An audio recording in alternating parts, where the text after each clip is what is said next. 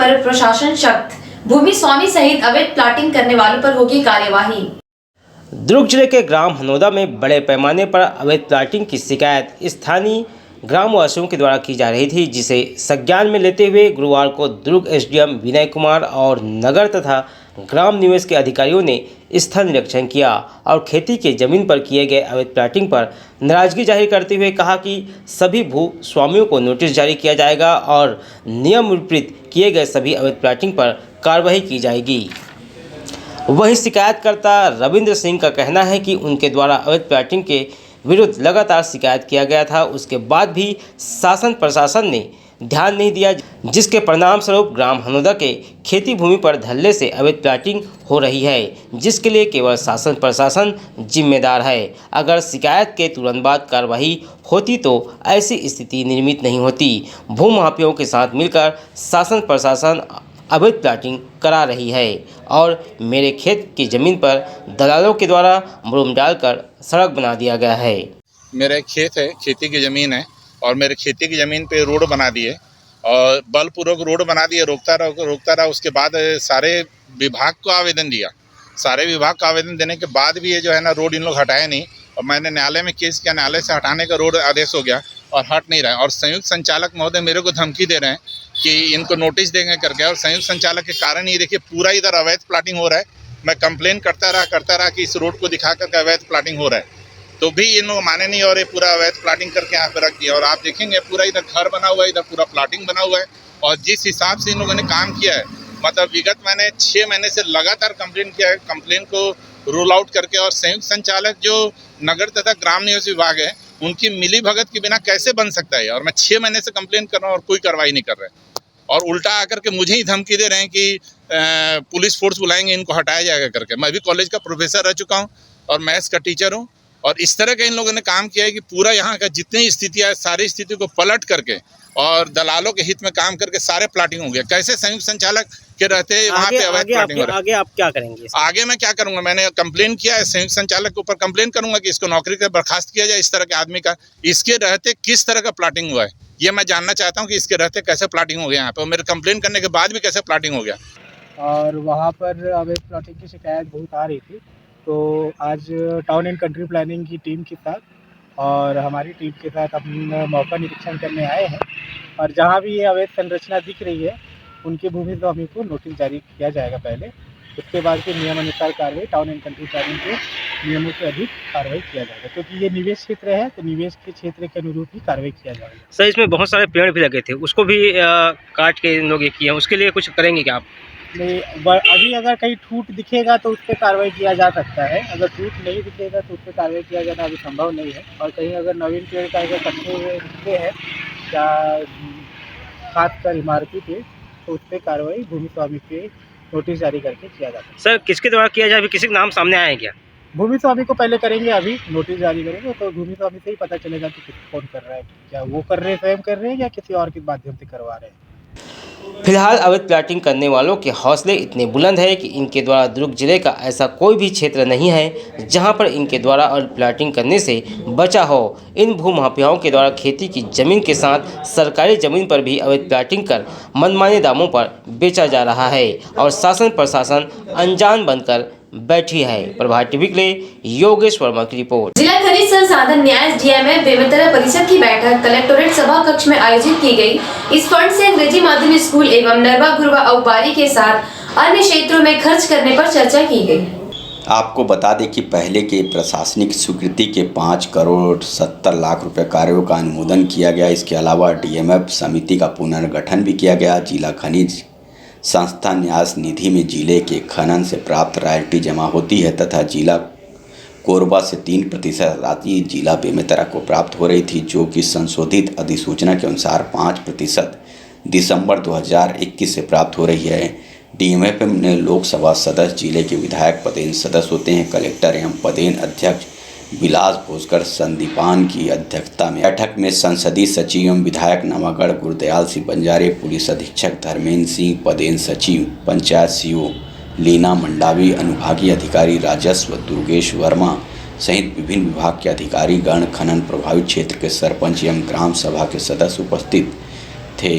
4 करोड़ रुपए के उच्च प्राथमिकता एवं अन्य प्रशासनिक कार्यों का नवीन प्रस्ताव प्राप्त करने हेतु विभागों को निर्देशित किया गया। कार्यों की स्वीकृति, आवंटन आदि मॉनिटरिंग डीएमएफ पोर्टल के माध्यम से होगी। गौरतलब है कि बैठक में डीएमएफ फंड में स्वामी आत्मानंद स्कूल, अंग्रेजी माध्यम बेमेतरा नवागढ़ एवं बिरला शिक्षा के विस्तार, सुराजी गांव योजना नरवा घुरवा और बारी के तहत रूरल इंडस्ट्री पार्क एवं मल्टी एक्टिविटीज सेंटर विकसित करने पर चर्चा एवं विचार विमर्श किया गया। इसके अलावा महिला स्व सहायता समूह के जरिए दाल मिल इकाई, केला के तना से फाइबर धागा निर्माण की इकाई स्वीकृति प्रदान की गई। इसके अलावा जिले के सभी 4 सामुदायिक स्वास्थ्य केंद्र CSC में एक 100 फ्रीजर क्रय करने का अनुमोदन भी किया गया। डीएमएफ फंड से पूर्व से क्रय की गई एक्सरे मशीन जो वर्तमान में जिला अस्पताल में है, उसे सामुदायिक स्वास्थ्य केंद्र नवागढ़ में प्रदान करने के संबंध में अनुमोदित किया गया। जिले के 7 कन्या छात्रावास में CCTV कैमरा लगवाने के संबंध में विचार विमर्श किया गया। तेज रफ्तार वाहन चलाना दुर्घटना का कारण बनता है। एक बार फिर साबित हो गया, तेज वाहन अनियंत्रित होकर डिवाइडर से टकराई और घटना में 6 महिलाओं की मौत हो गई। सभी महिलाएं भिलाई की थीं। जैसे ही ये खबर पहुंची, क्षेत्र में रोने की चित्कार गूंजने लगी। भिलाई से दर्जन भर महिलाएं पुन्नी मेला राजिम स्नान के लिए जा रही थी। अभनपुर केंद्री के पास नेशनल हाईवे पर तेज रफ्तार कार अनियंत्रित होकर पलट गई। हादसे में 6 महिलाओं की मौके पर ही मौत हो गई। जैसे इन 6 महिलाओं का शव भिलाई उनके निवास स्थान पहुंचा, सबकी आंखें नम हो गई। लोगों ने बताया कि सब हंसते खेलते राजिम स्नान करने गए थे, लेकिन क्या पता था कि उनकी मौत की खबर यहां पहुंचेगी। सभी मृतकों का अंतिम संस्कार रामनगर मुक्तिधाम में किया गया। बताया जाता है कि हर वर्ष यह पुन्नी मेला के दौरान स्नान करने जाती थी, लेकिन चालक की झपकी ने 6 महिलाओं को मौत के आगोश में सुला दिया। वाहन में बैठे 4 गंभीर रूप से घायल हैं। जैसे ही प्रदेश के मुखिया भूपेश बघेल को इस घटना की जानकारी मिली तो उन्होंने दुख प्रकट किया और मृतकों के परिजनों के प्रति गहरी संवेदना प्रकट की। साथ ही मृतक के परिजनों को हर संभव सहायता उपलब्ध कराने अफसरों को निर्देश दिए हैं। इस दुख भरी घटना से पूरे भिलाई में शोक की लहर देखने को मिली। BM शाह हॉस्पिटल द्वारा संचालित गिदोड़ी देवी मेमोरियल चैरिटेबल हॉस्पिटल एवं रिसर्च सेंटर जनरल सर्जरी, हड्डी रोग, जनरल मेडिसिन, प्रसूति एवं स्त्री रोग, शहर के जाने माने डॉक्टरों द्वारा इलाज की सुविधा। हॉस्पिटल में सर्व सुविधा युक्त ऑपरेशन थिएटर, दवाई की दुकान, प्राइवेट रूम सहित अनेकों सुविधाएं। आयुष्मान कार्ड के तहत इलाज की विशेष सुविधा। पता G road new Khursi park Bhilai. Phone number 0788 4051 mobile number 8821030555। तांबा, पीतल, कांसा, aluminium, stainless steel, cooker, mixie सभी प्रकार के बर्तनों के चिल्लर एवं थोक विक्रेता। यहाँ पर कुकर, मिक्सी, गैस चूल्हा बनाए जाते हैं। अनुराग मेटल शॉप नंबर 10 नेहरू भवन road, Supela, Bhilai. Mobile number 9827187008।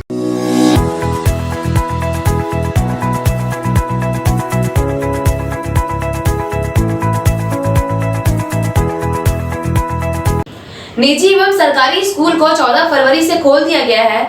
इस बार सभी कक्षाओं की परीक्षा ऑफलाइन होगी।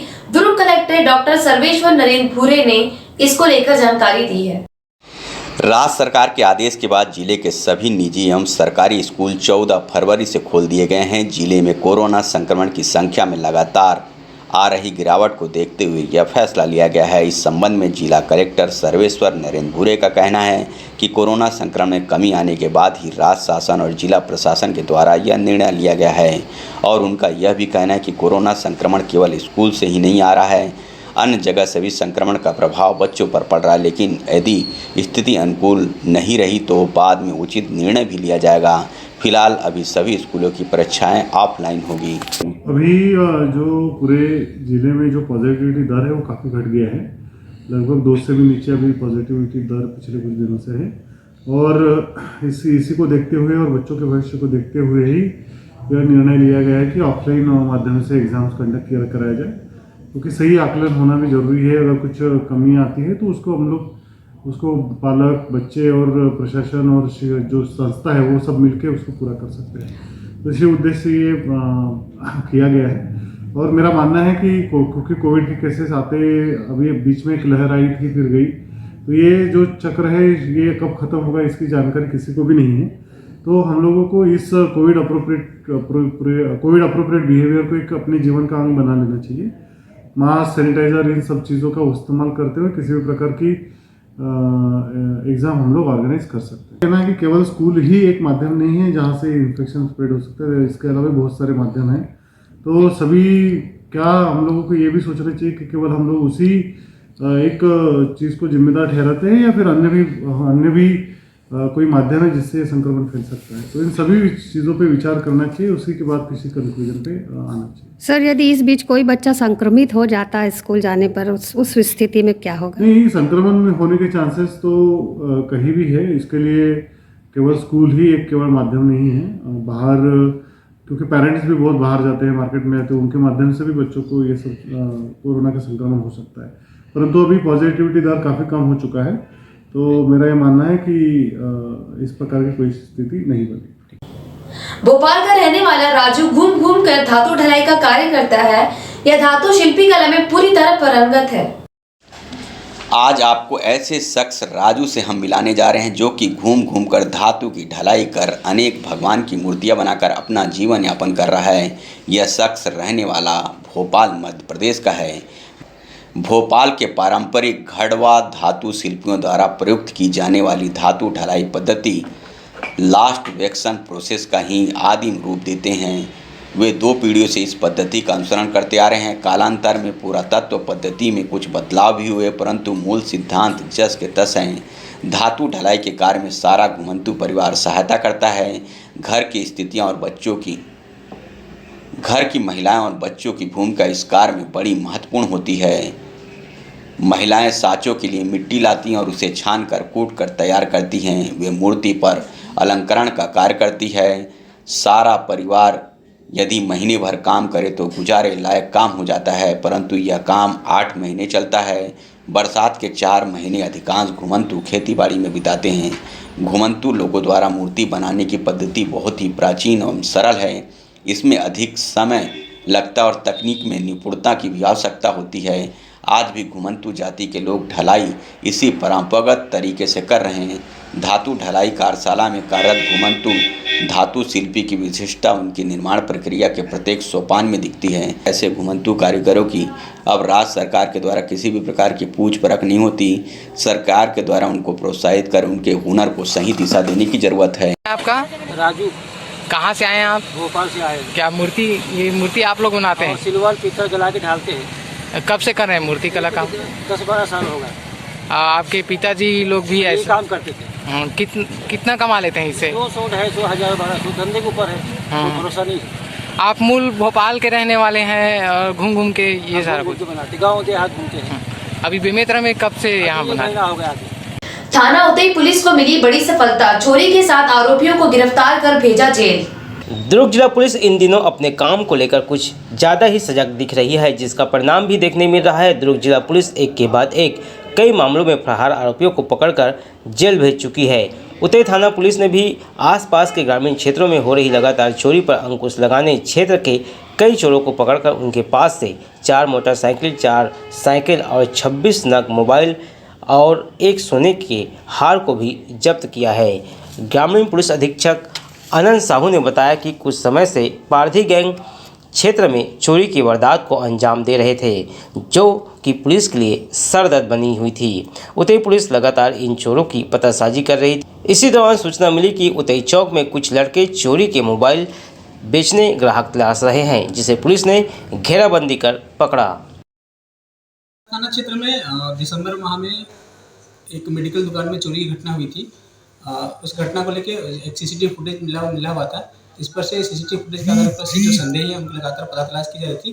पुलिस अधीक्षक महोदय द्वारा भी लगातार उतई थाना, अंडा थाना को लगातार आरबी पता तलाश करते हुए निर्देशित किया गया था। इसी तरह में कल जो सूचना मिला कि उतई थाना क्षेत्र में कुछ लोग कुछ मोबाइल चोरी हुआ मोबाइल को बेचना चाह रहे हैं, जिसकी सूचना मिलने पर से एसडीपी पार्टनर के नेतृत्व में उतई और अंडा का बल के साथ में रेड किया गया। रेड पर से कुछ संदेह से पूछताछ किया गया, जिस पर से 7 संदेही से अलग अलग प्रकरणों के चोरी के प्रकरणों का खुलासा हुआ है, जिसमें से जो अंडा में जो मोबाइल दुकान जो मेडिकल दुकान में जो चोरी हुआ था उसके भी आरोपी का गिरफ्तारी हुई है। इसके अतिरिक्त उतई थाना क्षेत्र के भोर गांव में एक महिला से के घर में से उनके सोने का जेवर चोरी हुआ था, जिसका भी बरामदगी हुआ है तथा इसके साथ साथ 4 मोटरसाइकिल, 4 साइकिल और 26 मोबाइल इन 7 आरोपियों से गिरफ्तार हुआ है।